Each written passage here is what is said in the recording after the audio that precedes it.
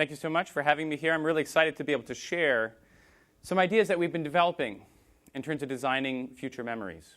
It's also a little funny to be doing it here, so close to Silicon Valley, because some of the ideas that we actually have on technology pretty much fly in the face of a lot of the common wisdom, some of the amazing things that have come out of this very area. The ideas that I'm going to share with you about memories come from a long-standing interest in memory and specifics. We've been working on the 9/11 Memorial Museum, which we just opened this last May. For 8 years, we were partnered with Think Design to develop the master plan for the museum, and then design all the exhibitions, and then design the media, and then produce over 90 different media pieces. This is the slurry wall, the so-called piece of infrastructure that withstood the pressure of the Hudson River for a full year after 9/11.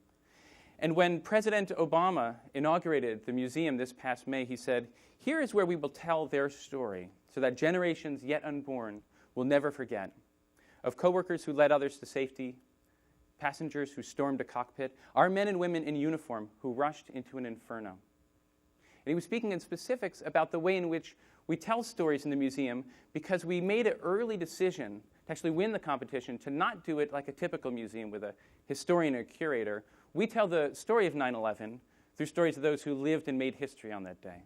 And it allows us to acknowledge the fact that 9/11 isn't quite history, but it's not quite current events. So when you first walk into the museum and see this narrative map made up of people's memories, you're actually aware of the fact that a third of the world watched 9/11 live or heard about it on that day, but you hear the story actually from those who lived through it. On the day of September 11th, 2001. On September 11th.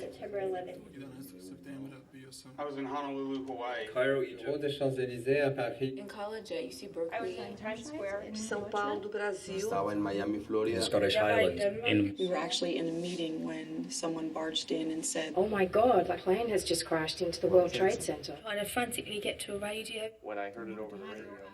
And so after you pass through those different memories of people witnessing it from afar, and you see them witnessing it up close, you stand in front of that slurry wall just beyond there and witness history yourself. And the museum is a constant dance between seeing things that are facts, things that are real, things that are absolute, and then investigating the memories yourself. So like any memorial, it has this wall of faces, and you can see an individual. But here, you can actually select any individual in front of you and see all of these memories from that person. All of this is donated and collated from different family members.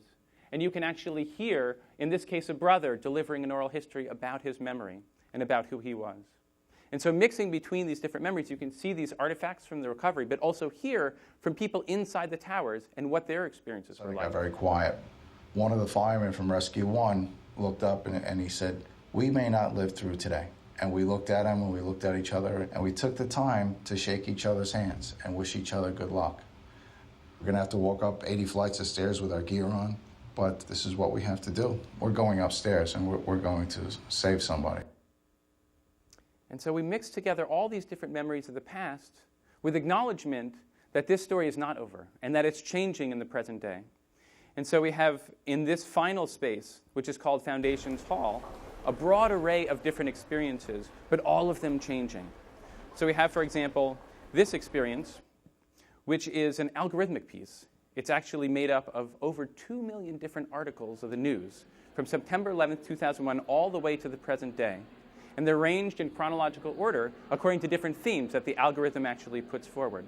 And so this is constantly changing and updating, acknowledging that 9/11 itself, whether it's the actions in the Middle East or in Guantanamo, are simply not finished yet, and that the event itself is ever changing.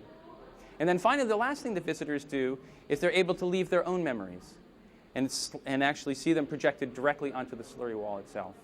Now, this was part of a general strategy to the museum, where we really wanted people to be able to synthesize and to come to peace in whatever way was possible with the actual museum experience. The museum actually just crossed 1 million visitors just since May, and over 15% of those visitors write their own mementos. And since most people come in groups, that's pretty much half of the group members that are coming in that are writing their own messages. And I literally I snap these with my phone. But just to show you what we're getting, my father came home from work that day in a dusty suit, and I thank God he came home at all. Or miss you both every day. Love you, Dad and Chris. Love, John. Or this one, we were mere kids when this happened, and now as adults we understand the impact of this tragic event. And it's actually this one I want to talk about in particular because I did this event on 9/11 this year, a panel, and Bill Hurst, who's an experimental psychologist, was on the panel. He studies memory, and specifically he did a study about 9/11 stories. And he said, oh, that's a very interesting thing that you're doing with people writing messages afterwards. You're sort of asking about it. He said, you know what you're really doing? You're helping them inscribe the memory of the experience actually deeper inside themselves. I thought this was very interesting. I hadn't quite thought about it in that way. But he basically went on to explain that the brain, in this case, the synapses that make up memories, have all these different pathways, hippocampus and amygdala, and as you fire different ones together, they actually literally inscribe the memories deeper inside of yourself. They make a deeper impression. And so I took him out to lunch a bunch of times and started a dialogue with him. I want to share with you today some of both our projects from local projects, but also some of the ideas that he shared with me that make memories far more impactful. So the first one is, we're more confident in our memories if they involve emotion. Right? So for this engagement, the Cleveland Museum of Art, we were asked by the board at the end of this huge $350 million expansion to look at how technology could engage new visitors, could engage people who didn't know anything about art, or families.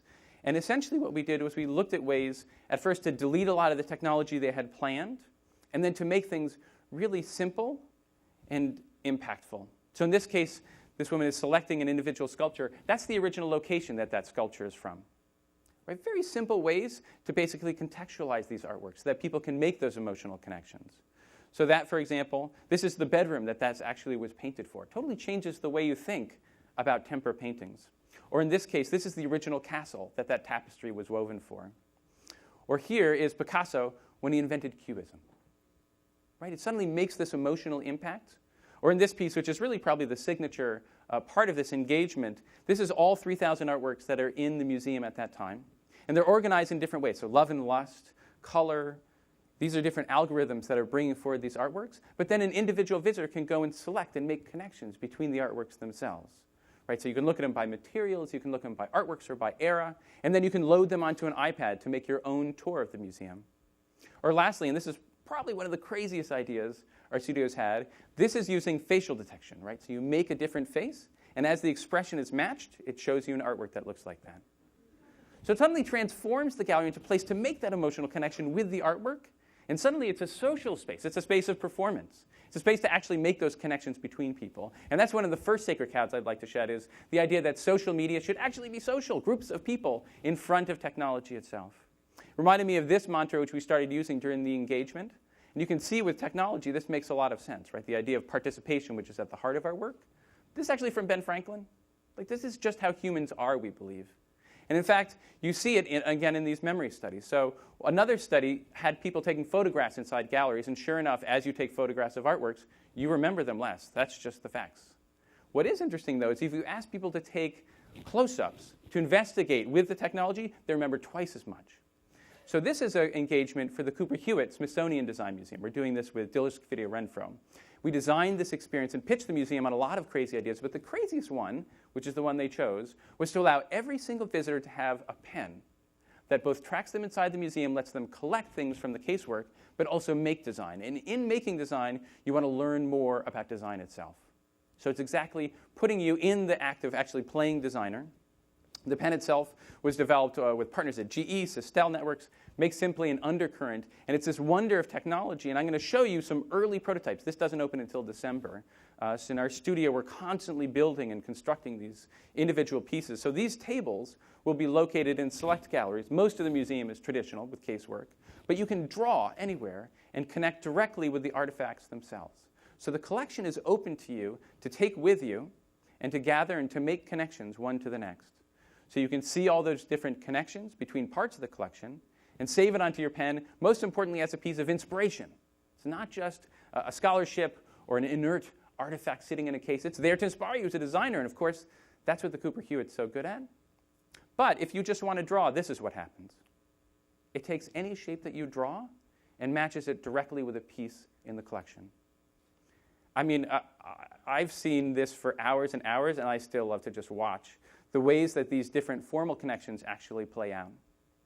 Because what's amazing is it's making this formal argument embedded inside of the technology that all of design starts with that, whether it's digital or physical, a pencil or a pen, line work. Humans are making things, and out of that comes the entire designed world that we live within. And so when you come up to any individual digital table, you can just draw a shape and see it matched directly with a part of the collection. Now I'm going to go into wireframes to show you what happens after that. Because again, all of this is in process.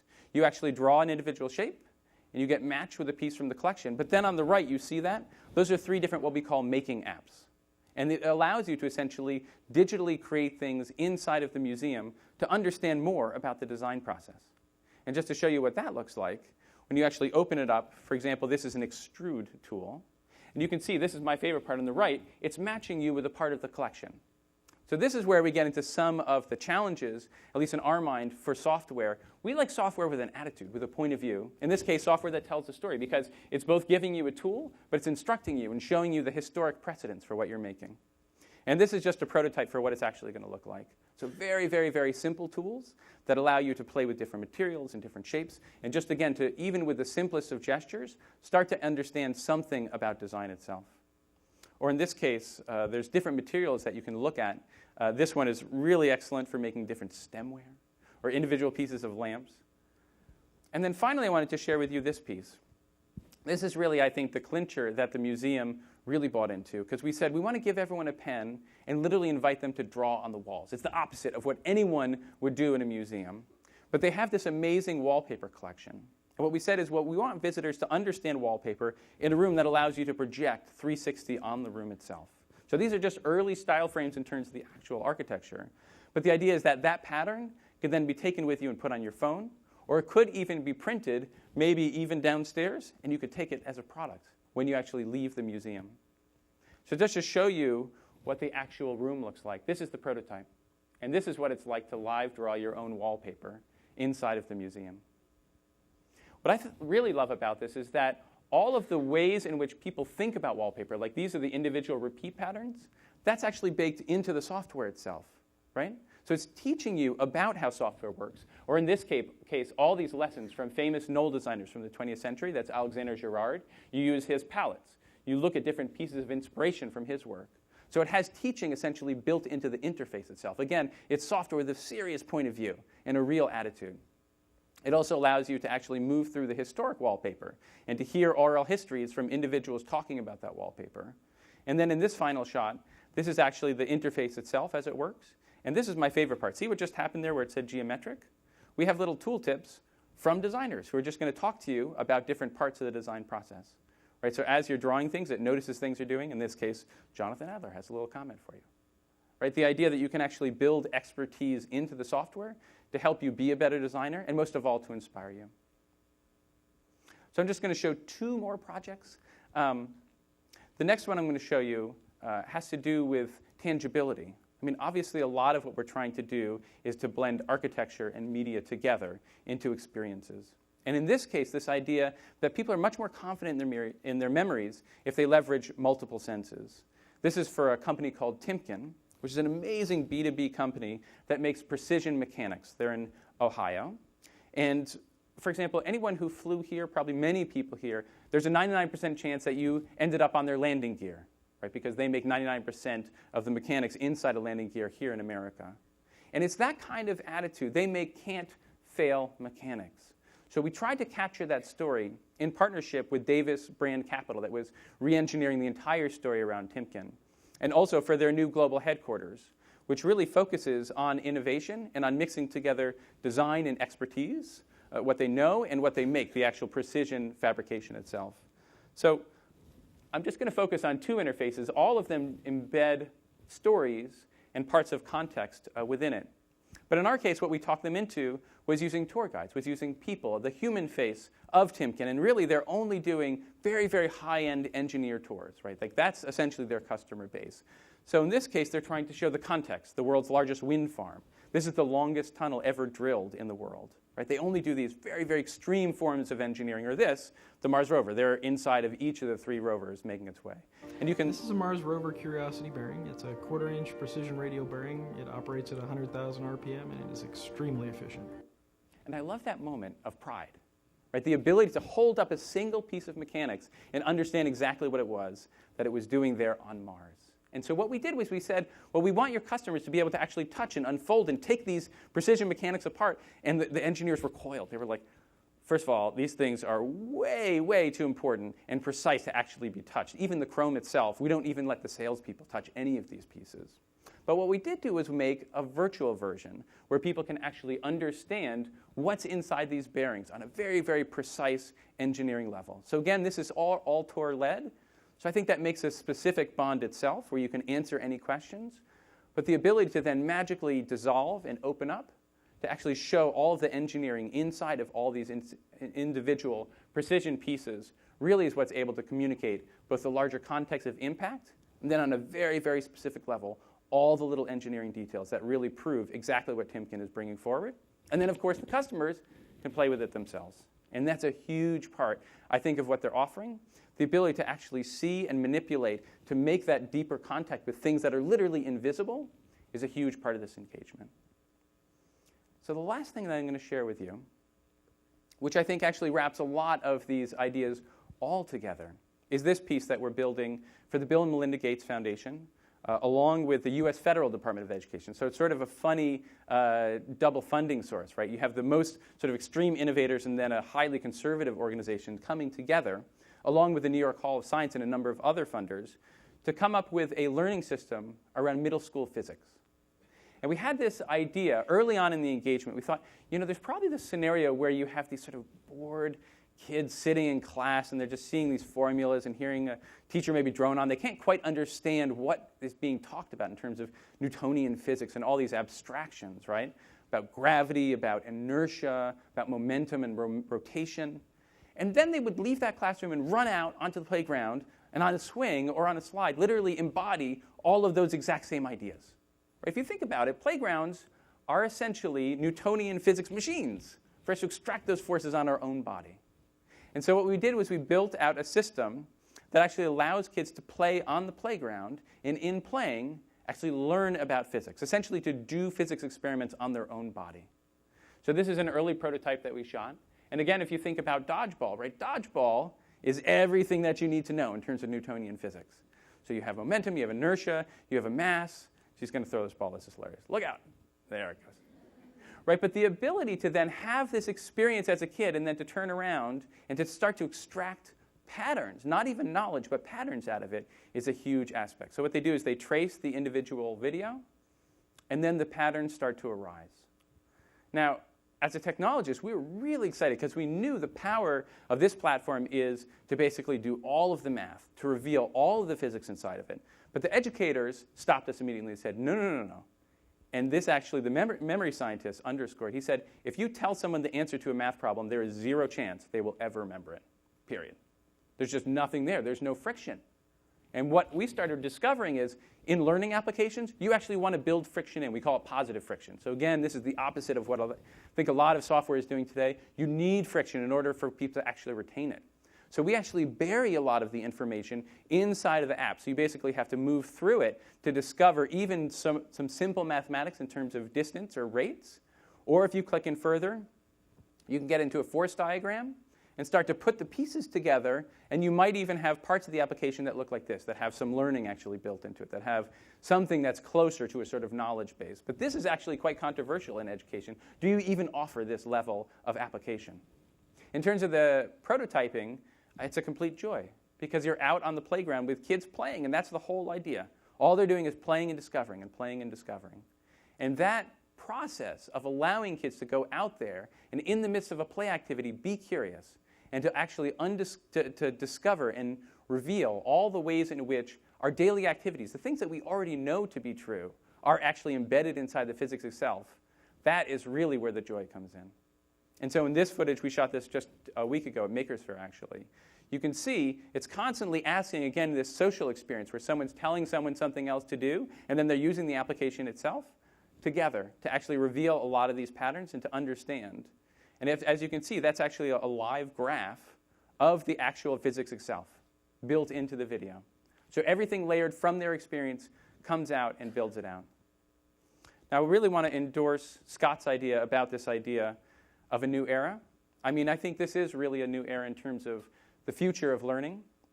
For us, we take it really as this great leap forward about how people are going to be learning and the types of future memories that we're going to be able to build with them.